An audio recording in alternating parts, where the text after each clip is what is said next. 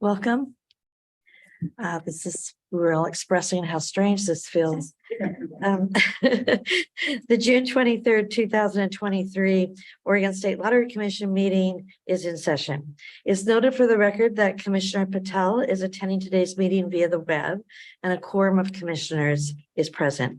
Today's meeting is being live streamed on the internet and a link is posted on the Oregon Lottery's website. Will the clerk call the roll? Commissioner Patel, Here. I think he's on. Here. Can you hear me? Hello?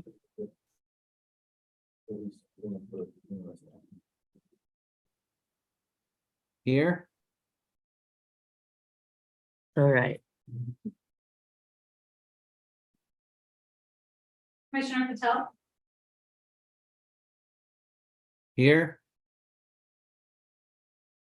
Here? We still have a they were playing here on this meeting. quorum. Right. This is a hybrid situation. The IT always goes bad on you at the last minute.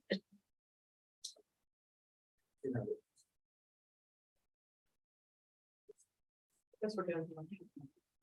Here? Here? I'm here.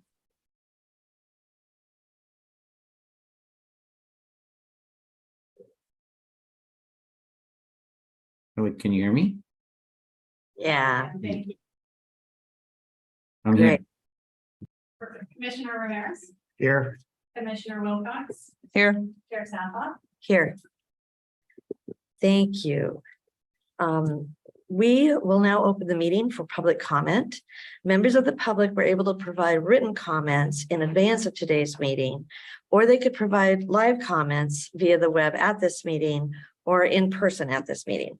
Written public comment will not be read, but it is to be posted for the commissioners on the website and included in the official record.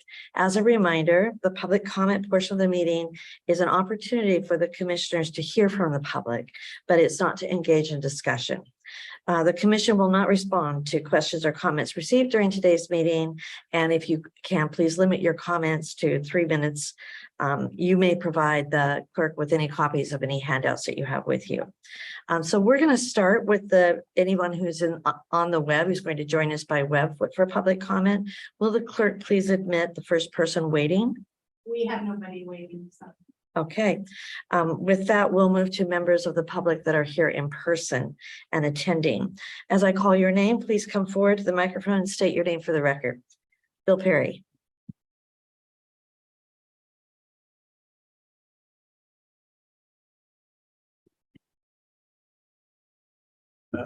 Thank you, Chair Southop, Director Wells, members of the commission, Bill Perry for the Oregon Restaurant and Lodging Association. Just wanted to give a brief comment on the rule that's coming up. And first, I want to say I appreciate the director and the staff and everybody working with us on all our different concerns as the rule that relates to. But I thought it was kind of important because both the industry and the lottery were put in very unique situation because of the pandemic and everything that really kind of disrupted the terminal placements. The main part of the rule, which is really the reinstating the wait period and the quarterly review of the contracts, is kind of the thing that is addressed us, because our industry is one of the most difficult to finance. Bakes and others don't want to finance the committee. So obviously revenue streams are very important to helping basically get financing or sales of businesses. And so waiting 9 months and then having a quarterly review of the different amount of contracts that come up, I think probably harms that process more than it helps it. Obviously, we are a membership organization, as we've talked to the director about and others, is that generally you have about 15% of your businesses that are going to go out of business. Now, some of those will be sales, so they'll stay operating. Some of them are going to be new. And so anything that can be a yearly target is probably going to help that process a lot better. So if you potentially lose 15% of your businesses, you have 2,000 retailers, could you set a target of gaining 300 new contracts different the year with the 9-month waiting period process? Something like that at least gives the retailers or potential contractors some certainty. Now, I'm not saying it has to be exact, but it's just trying to give you that as an example of the thought process that we're dealing with. And so anything you have is that I think is going to help us come out of both the lottery and the retailers come out of this pandemic stronger, because I do think we need to get the retail operations up and going. As a secondary side of things, obviously from a standpoint of, I think most of you have probably heard from the retailers, getting labor, holding labor, getting your supplies, whether it's proteins or products or whatever, has become a problematic. So not everybody in the business is operating at full hours. So obviously, I think there's financial and business reasons I get why you're raising the minimum sales figure. But at the same token, I think there's a lot of people that have struggled to be open a lot of their hours. So raising it would, I think, not quite up to $10,000 might be helpful to stair step. And the other thing is, I do think we're going to run into some issues. You took my machine and gave it to somebody else as we get it back up to full speed. And I do think there are going to be some customer service issues as it relates to that. So from my understanding of the changes of the rules, I do think it helps the first part, meaning try to set annual targets. It would just be nice if we could stair step the lower until the industry gets back up to full thing. But once again, I appreciate the director, the staff, and everybody else working with us on this. And it's been a very smooth process from that standpoint. So thank you very much for your time. Thank you. Appreciate your comments. Okay, why don't we move to the director's report? All right. Do you want to unmute yours? Thank you. Great. Thank you, Chair Sathoff, members of the commission. Thank you for being back with us in person. I think we've all talked about this is unusual. It's been a couple of years since we've been here. So thank you for bearing with us with some technical issues, because it's even different than the last time we did it, right? So we have to be online as well as in person. So I thought I'd start our report today with a bit of a warning. You may hear some banging or strange noises going on. We're in the midst of a roofing project, re-roofing the lottery building. It's the original roof is finally being replaced from when this building was originally built. So we've been working on that for several months. The project should be done June 30th. So we're excited to have that taken care of. Wanted to take a moment to thank our facilities manager and his staff for their work leading this project. There has been some logistical issues as we've tried to re-roof, and they have done a great job of making sure that there's not been a lot of impact on business operations as we've done this. So special thanks to them. Moving on, later in the agenda, Chris Scarrow is going to present in detail some rulemaking for your consideration. In summary, these changes are intended to lift the pause on video lottery applications and improve the overall long-term sustainability, efficiency, and profitability of the video lottery product. We look forward to reopening the application process. It's been a long time since we've been able to accept applications and changing the way that we manage the product as a whole. We believe we've learned a lot of lessons over the last few years dealing with the pandemic and other issues. We think these changes are going to improve the way that we manage that going forward. During the rulemaking process, Lottery communicated with retailers and other partners with the proposed changes and requested feedback, both by email and in person. I wanted to thank everybody who did provide feedback. We considered it, we appreciated the feedback, and reviewed that. And as Chris talks later on, we actually did make some amendments to the rules based on some of those comments. So I continue to recommend the commission approve and adopt these changes because we believe that they're consistent with our mission to maximize revenue commensurate with public good. I can assure you and our retailers that we plan to implement these changes carefully, intentionally, and we'll monitor all of the data as we move forward to make sure that it's actually doing what we expect it to do. If it doesn't, we will be back here and we will make changes appropriately. Moving on, Earlier this month, about 20 lottery staff volunteers spent time cleaning up the Lucky Mute State Natural Area just south of Salem. This was done in preparation for State Parks Day, June 3rd. The work is part of a restoration project at the park, which totaled approximately 2.4 million through July of 22.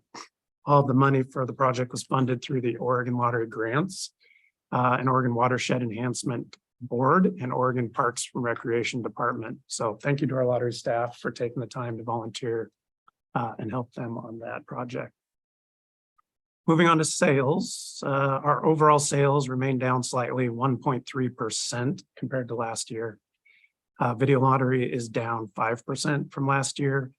Scratch It sales are continuing to trend downward from the peak of the pandemic, approximately 3.6 below last year, but remain ahead of 2020 and 2019 sales.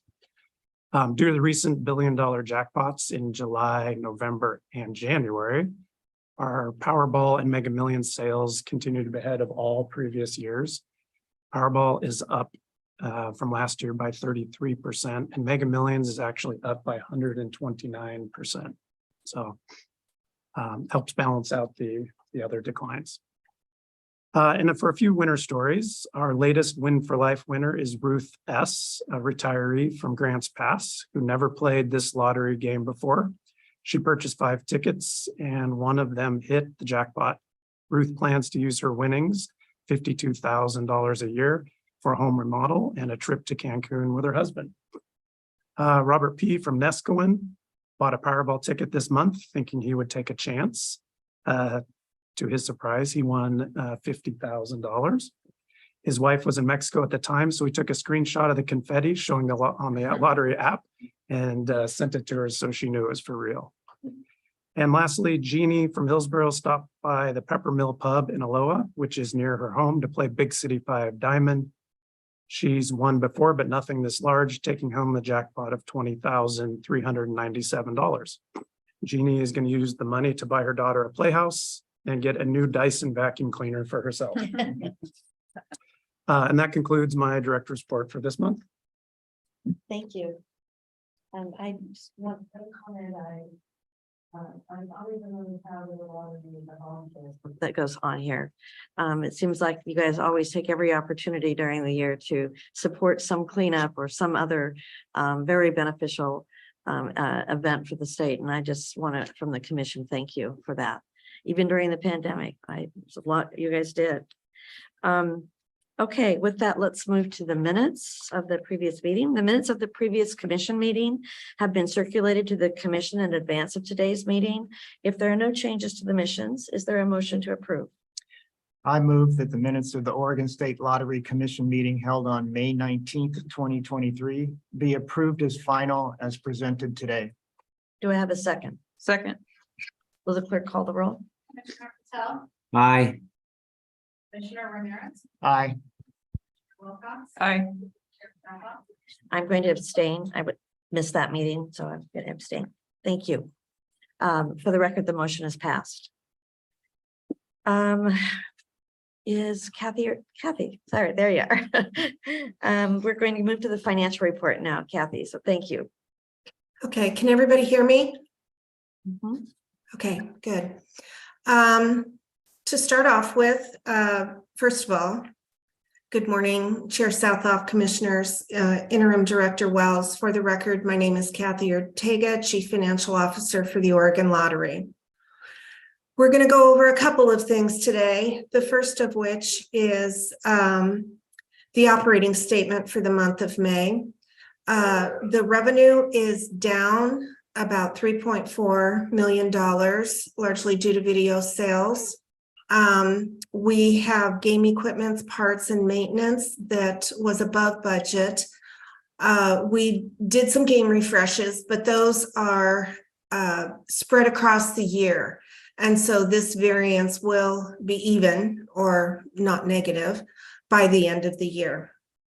We have net profit of $76.2 million on a budget of $76.9 million, about $660,000 unfavorable to budget.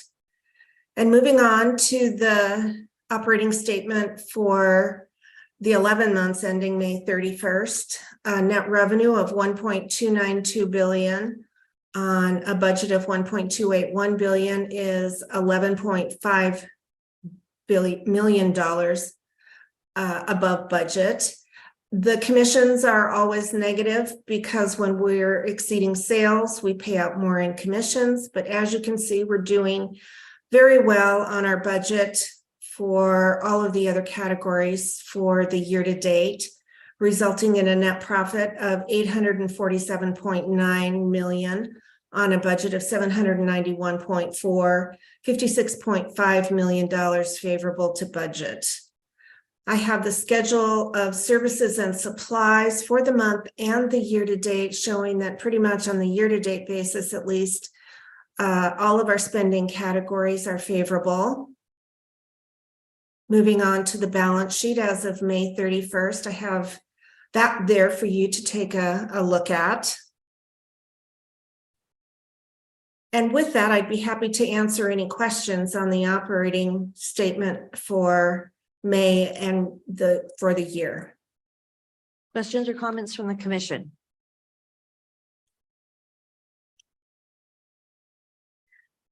Kathy, I think I've asked this before. I'm going to ask it again, just call it just because I can't remember exactly the answer from before. Our sales are sort of over several months now trending down. Is this a comeback from the pandemic still, or are there some reasons why the net revenue is trending that way? For a month doesn't bother you, 2 months doesn't bother you. If it starts to become more than that, you kind of need to look at what's the cause. Very good question, Commissioner. I wish I had an answer for you at this point in time. I have been watching the video sales, which have been slightly under forecast for the last couple of weeks. I've reached out to Research and Analytics as well as Josh Leaner, who is our state economist. And it's too soon to conclude anything, or nobody has any markers to say what the cause is. It could be a forecasting blip. It could be something going on with disposable income, but it really is too soon to tell if it's a trend or not. So I wish I had a better answer for you, other than to say that we are keeping an eye on it. No, that is an answer. I'm looking for a trend, and if it's too soon, then there's no answer yet. Okay. And on the games equipment parts and maintenance, that's going to even out by the end of the Should year. be positive by the end of the year. When you have a couple of games come in, when that budget is spread over 12 months, it creates that temporary timing difference, our favorite phrase. All right, thank you. Is there a motion to approve the monthly financial statements? I move that the Oregon State Lottery financial statements for month ended May 31st, 2023 be approved for the record as presented today. Do I have a second? Second. Will the clerk call the roll? Commissioner Patel, Aye. Commissioner Ramirez, Aye. Commissioner Wilcox, Aye. Chair Sabah. Aye. For the record, the motion is passed. Okay. Thank you, Chair Saltoff. And that segues us into the budget presentation of the budget that we have for fiscal 24. Just as background for the record, we did send this out in advance of the meeting to all of the commissioners and have some phone conversations to answer any questions or clarify anything. So you have had a chance to take a look at it. It is included in your materials today. I'm going to go through and just hit some high points and key issues in the budget so that as a reminder and for the record of what's included in the budget for FY24. And then I'm going to ask for, there's a couple of motions that'll come from this. So to start with, this has been a project that we've worked on for quite some months now. We took two approaches: keep the lights on and then additional spending needs.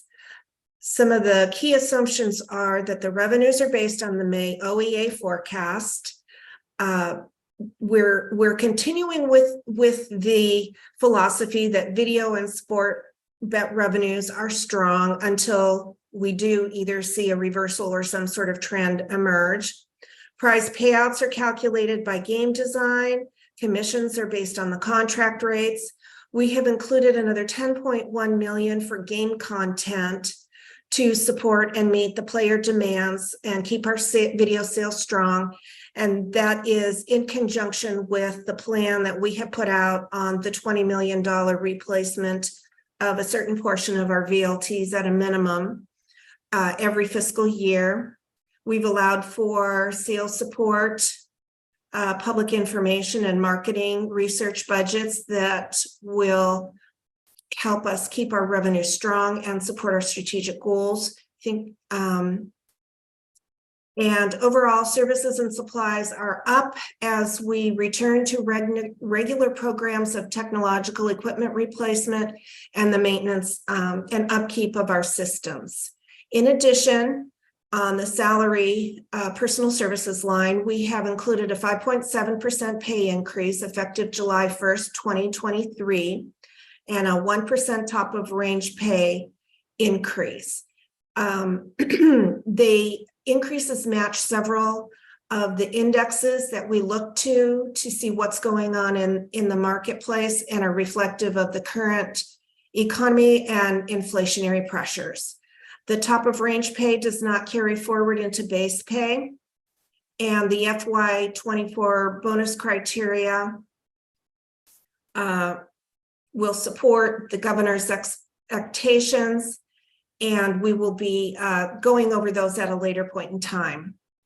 The capital budget is $59.8 million, which includes $20 million for the annual VLT replacements, $4 million to continue with the replacement of the obsolete security system in the building, $1.1 million to continue with our replacement of aging vehicles, $755,000 to complete the move from our building over to the state data center. And we are including $20.3 million in project costs to cover the finalization of RPM and Dynamics 365. This budget, we feel, will allow us to continue with our operating programs and support our strategies. And with this budget, we are going to ask you to set aside out of current administrative savings $35 million to cover the next round of VLT purchases to ensure we have the funding, and include an amount that is currently an issue on our plate, which is the upgrade of our wide area network. We're in the middle of negotiating those costs, and we know that they're going to go up, so we need to set aside some money to assist with the upgrade of the network and the inflationary pressures coming from that body of work. With that, I would be happy to answer any questions on the budget that you may have. Questions or comments from the commission?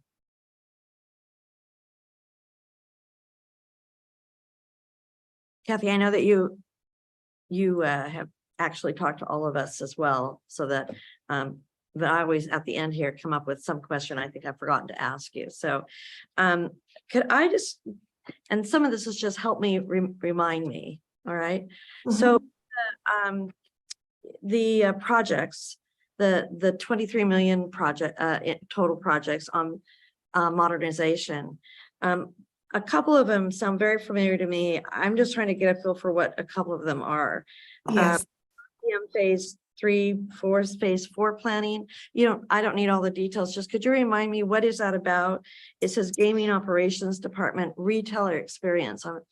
What was that again?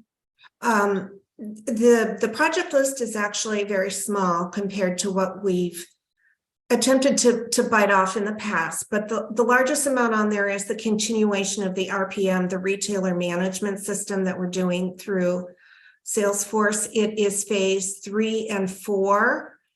It is in implementation mode, as is the 365 program that you've heard us talk about.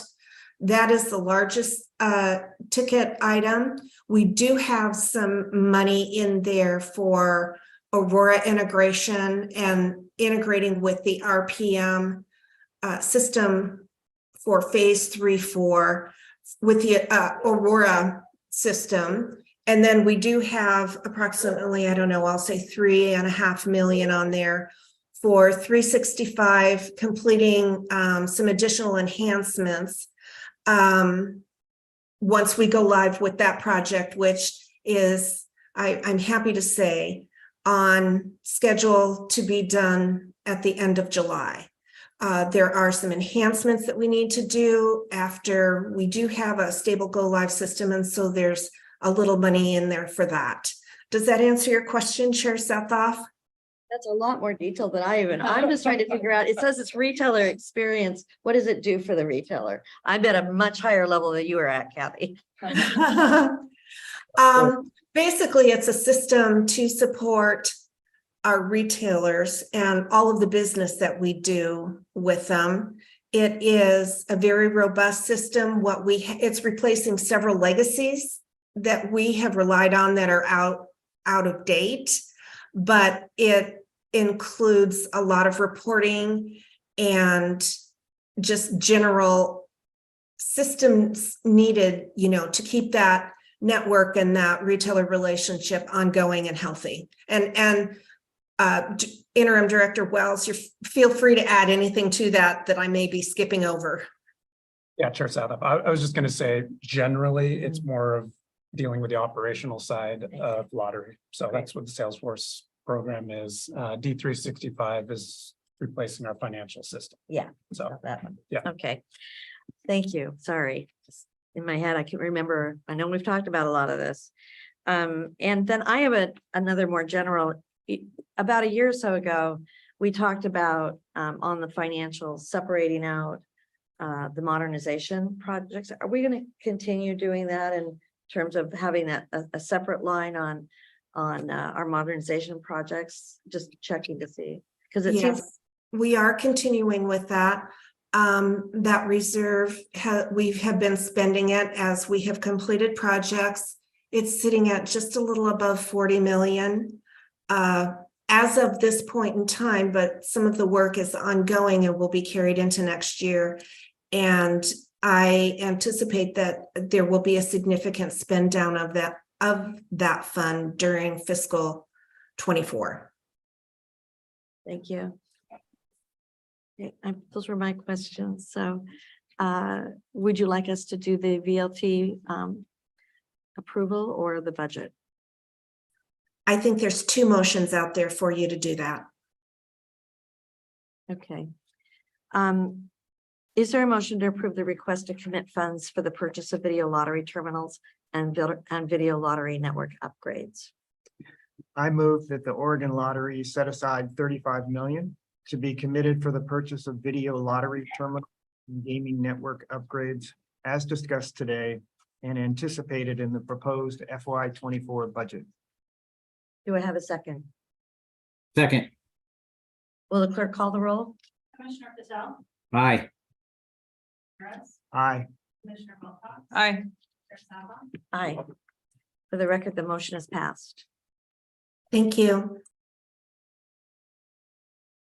Kathy, do you have more you want to say about the budget, or do you want us to do that motion now? I don't have anything else for you on the budget. So if you feel comfortable, now would be the time we'd like to do the motion. I did have one note on that one, if you don't mind. This budget also includes the compensation increase for assistant director as presented in the materials today. And if you haven't had a chance to read that, you should. The lottery has worked very hard in the last few years to make sure that compensation fits both this business, the nature of this business, as well as meet market metrics, so that we know that we are in good shape there. So appreciate that. Is there a motion to adopt the fiscal year 24 budget and compensation. I move that the Oregon State Lottery Commission adopt the lottery's proposed budget for fiscal year 24, including the associated compensation increase for assistant director as presented today. Do I have a second? Second. Will the clerk call the roll? Commissioner Castel, Aye. Harris, Aye. Commissioner Wilcox. Aye. Chair Sabah. Aye. For the record, the motion is passed. Thank you. Okay. We have another one, but I think are we going to hear from you on that in particular? Yeah, that's fine. Okay. So next on the agenda, major procurement for Scratch It ticket. As you remember, last month, our lottery product team presented and talked to you about the fact that we had some major procurements of 3 of our scratch ticket vendors, IGT Printing, Pollard Banknote, and Scientific Games. Their current agreements expire June 30th of this month. Those agreements have actually been in place for almost 13 years with a lot of amendments over those 13 years. So the hope is to just start over basically and rewrite those. Because they expire June 30th and there may be a lapse, the intent here is to do an amendment to extend the expiration date. Hopefully you would approve a major procurement for basically creating new contracts and merging all of the amendments over the past 13 years together. So that is the goal. Great. Questions or comments from the commission? One thing I had not realized until I read this time, did I read this correctly? There's only 3 vendors that do this There's 3 vendors that we're contracted with. They're currently. There are others, because I would say that makes a very difficult negotiation if the only ones out there are the ones where we don't have a lot of leverage, but you're saying there are others. There are others. These are 3 of the biggest Okay. and 3 of the ones that we've been partnered with for quite some time. So we're doing an extension to then renegotiate with these. Do we ever have a period in some kind of a milestone in which we decide to go out and look again to see who else out there might be able to offer these services at whatever? Yeah, they're constantly doing that. So evaluating other vendors Great. and so. All right, thank you. Is there a motion to approve the major procurement? I move that the Oregon State Lottery Commission authorize the Director of the Oregon Lottery to enter into major procurements with IGT Printing, Pollard Banknote, and Scientific Games International, Inc. for the purchase of Scratch It ticket printing services and associated deliverables. These contracts are renewals of existing contracts and related costs are included in the FY 24 budget. Do I have a second? Second. Will the clerk call the roll? Commissioner Castel, Aye. Harris, Aye. Commissioner Wilcox. Aye. Aye. For the record, the motion is passed. Okay, rulemaking. There's.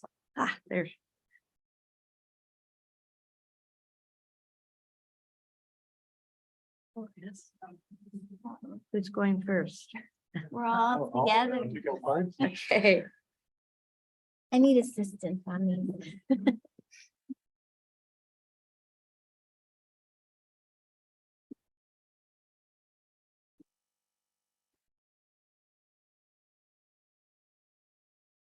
Hey, good morning, Chair Sathoff, Commissioners, Interim Director Wells. For the record, my name is Chris Scaro. I'm the Rules and Policy Analyst for Lottery.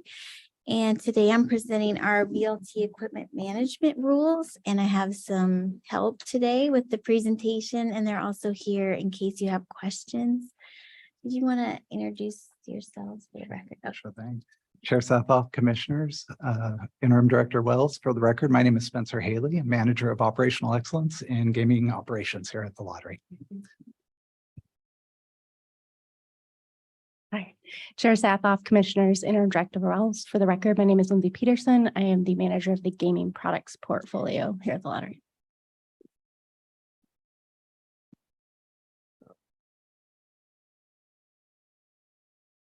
And we are trying to click. Yeah. Oh, there we go. Okay, thank you. So to refresh your memory, back in April, Lottery proposed rule changes to support the next phase of our approach to VLT inventory management. The main change, as Interim Director Wells said, is to lift the pause that's been in effect since December of 2021. So this allows us to resume processing applications for video lottery contracts. Additionally, we proposed some changes to improve the sustainability, efficiency, and profitability of the video lottery program, which is a significant source of state revenue, as you know. So to briefly recap some of the other changes, we would require those who are interested in applying to join a wait list online, and we would manage folks on the wait list as inventory allows. Also proposed to increase the per VLT weekly sales requirement, and this allows us to more optimally place our VLTs among our retailer network. We would require business to be open and operating for at least 9 months before applying for a video contract. We do have a waiver for some current retailers who are adding a location. And lastly, we would limit the temporary contract process for video to ensure we're placing VLTs in establishments that qualify for a regular contract. Turn it. It's working. Okay. Oh, there it is working. Okay. So we have completed the rulemaking process for these changes, which is detailed in your meeting materials. But as I always do, briefly for the record, I will say that we filed notice with the Secretary of State on April 17th. We notified legislators, media, and other interested parties as required by law. We also did outreach to all of our current retailers. We have about 2,070 current video lottery retailers, and we notified them by email and also through in-person visits from their account manager to tell them about the changes and instructions on how they can comment. So we did provide an FAQ along with that. We provided 6 weeks for the public to comment in writing, and we held a rulemaking hearing. We received 39 comments. For the current retailers who commented, we did try to circle back in person through their account manager to acknowledge their comment and explain how the changes might affect the retailer personally. So these comments were provided to the Commission and Interim Director Wells previously for your consideration, and they are summarized for our audience in the meeting materials. So I won't go through all the comments, but there are 2 I'd like to talk about. So as Bill Perry mentioned, one of the concerns we heard was that the quarterly process that we described in the draft rules would make it difficult for businesses to plan ahead. And Interim Director Wells appreciated that feedback and agreed with that change, and we did update the rules accordingly. And then you would have seen that the most common comment that we got was regarding the change to the sales floor.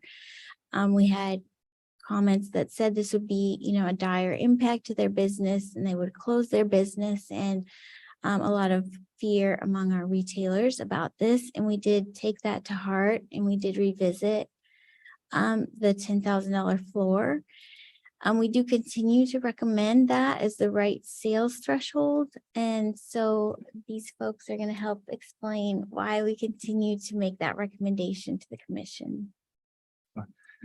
Thank you all so much for having us here today. And to Chris's point, we'll, I think in some of this zoom out outside of the rule as well to look at kind of a little more of the big picture in terms of the equipment management that hopefully will provide a little more context on this.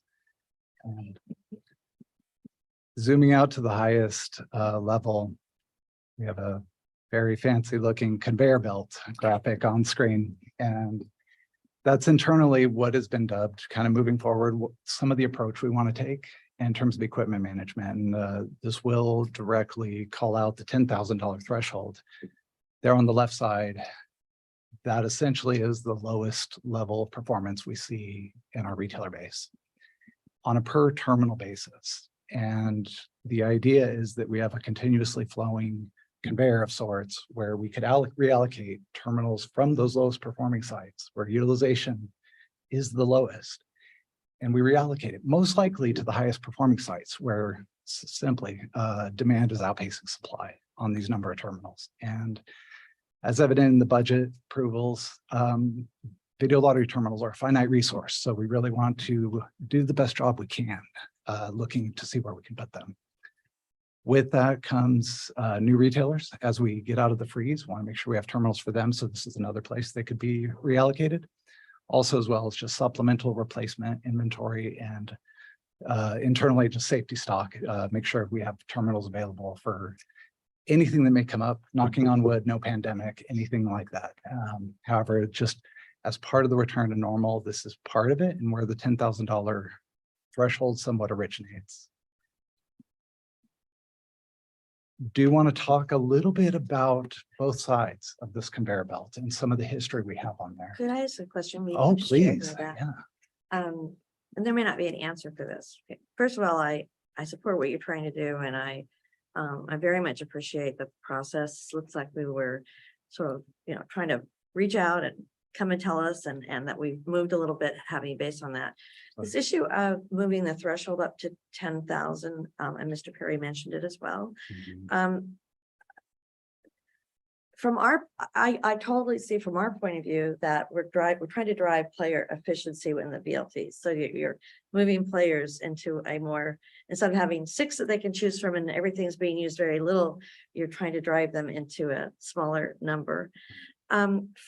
I guess I'm trying to figure out from the retailer's point of view, there's a part of me that would think they too would want that kind of efficiency, but I'm detecting that I'm still trying to figure out what's the downside other than the obvious that it's a higher requirement on a weekly basis, and then I'll make that. But if you drive people to fewer machines, wouldn't their dollars go up?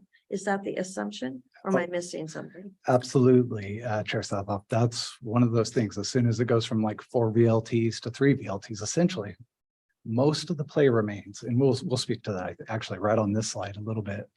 However, the fewer terminals does organically just bring up that per terminal threshold amount goes higher, and so I guess I'm saying I hope that we're looking at, and I do hear we're going to keep monitoring this and do this very carefully. And if things are not turning out the way we thought they would, we would obviously revisit this.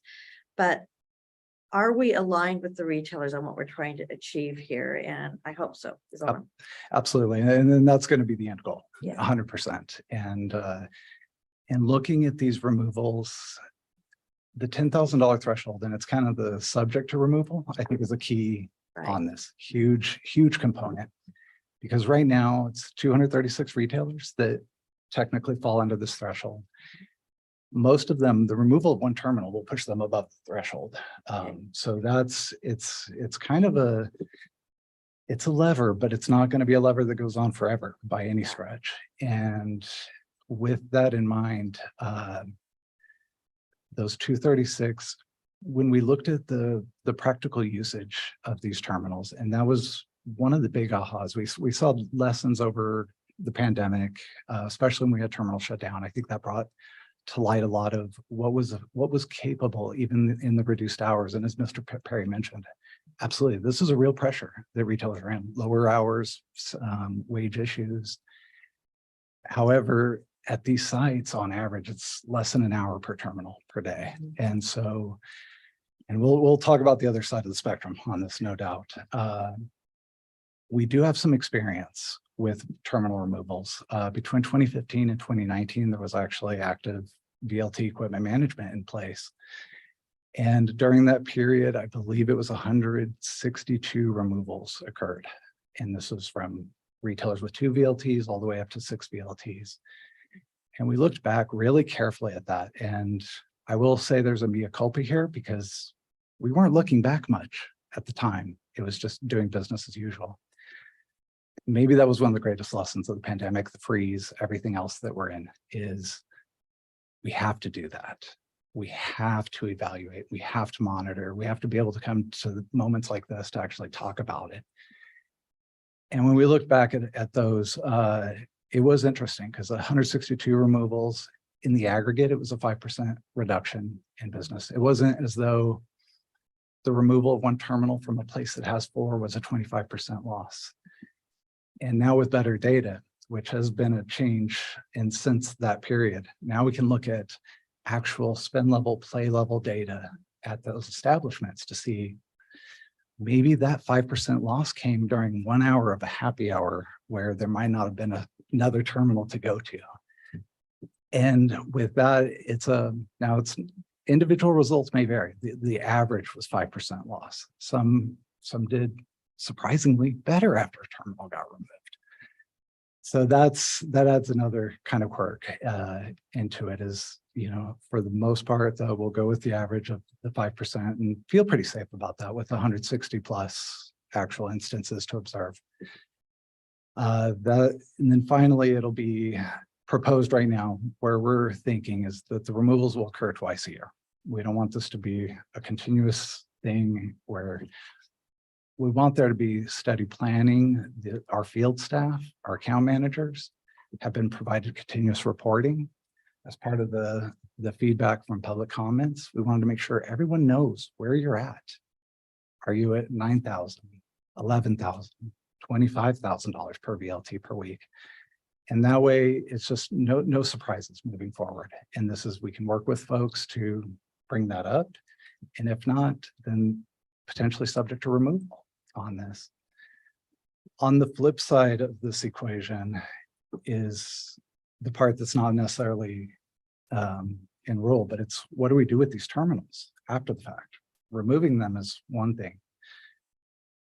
Just this year, and this is the fresh data, we provided 50 VLTs to locations, our top performers this year. They had less than 6 VLTs. We cannot give anybody a 7. That's against the rules. However, we did outfit 50 retailers at the top end right now with terminals, and drastically different from the previous slide. These locations have 303 minutes, 6 times more than the ones we were possibly removing from should this rule get approved. They saw 10% pre-post lift, and 10% at that volume is much higher than the 5% loss on the smaller side. These we intend to do 4 times a year because we want to catch where somebody has that demand outpacing supply more readily. And of course, that'll be inventory dependent. That's one of the other lessons we got from the pandemic is we got caught in a bad spot in terms of our inventory and our mixes of inventory, and we want to avoid that. And so all of this will be tempered with that. In bringing these two together, oh, no problem. I have one quick question. Oh, please. I'm just curious about of the 236 retailers that might be losing a VLT because they're under that threshold. Is that normally just a loss of 1 VLT per retailer? Or is it? I just was curious about what the average was for that. Absolutely. No. Yeah. And your question is I'm right ahead, I'm here. sorry. No, it's perfect. Okay. Perfect time. All right, thank you. This slide to me is more important than everything else we just discussed. And I want to spend a moment, when we look at the feedback we heard, Mr. Perry, the individual retailers, our own histories with this, moving forward with intention is very, very key here. And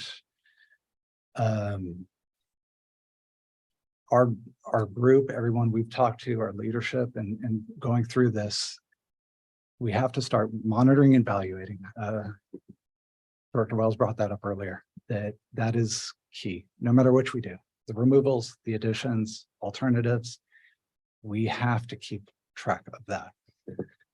Importantly, and resultantly, we want to ensure net benefit from this. And as soon as we get to a place, there are diminishing returns on either side and they cancel each other out, it will be time to throttle.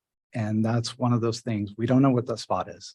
The market's changed, number of terminals has changed, the retailer pressures have changed.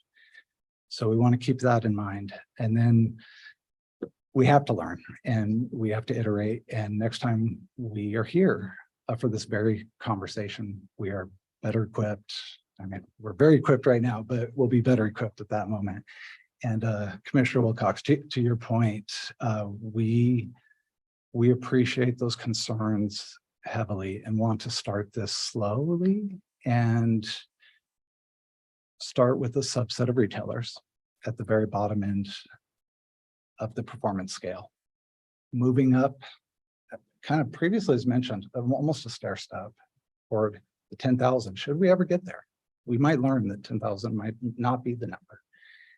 However, we do want to limit that to the removals being twice a year, as previously mentioned. No retailer will lose more than one terminal per year.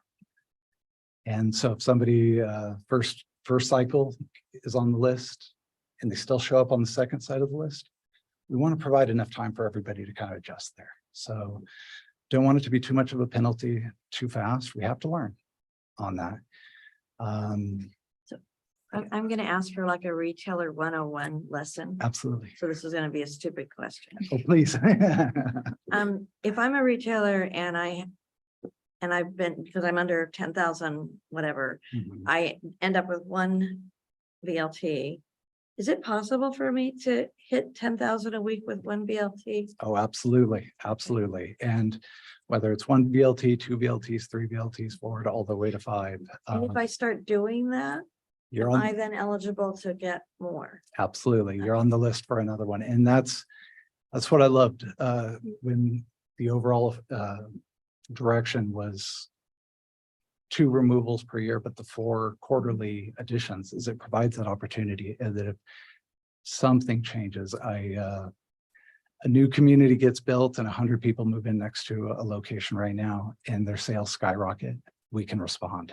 And that is key. And kind of the beauty of that conveyor belt model is that it'll respect both sides of that. And it's not a permanent diminishment by any stretch. Everyone's allowed that potential to kind of come back. And finally, we just will not remove a terminal from a location that has one VLT. It's just, you have to have 2 or more. So with that, the entire goal is we start small. That net benefit is there because we are looking truly to make the best decisions for the state at large, the retailer base at large, and also have the lottery generating enough revenue off of every machine to help provide purchases for future machines, future investments and the like. So thank you. I'll pause there if there are any questions.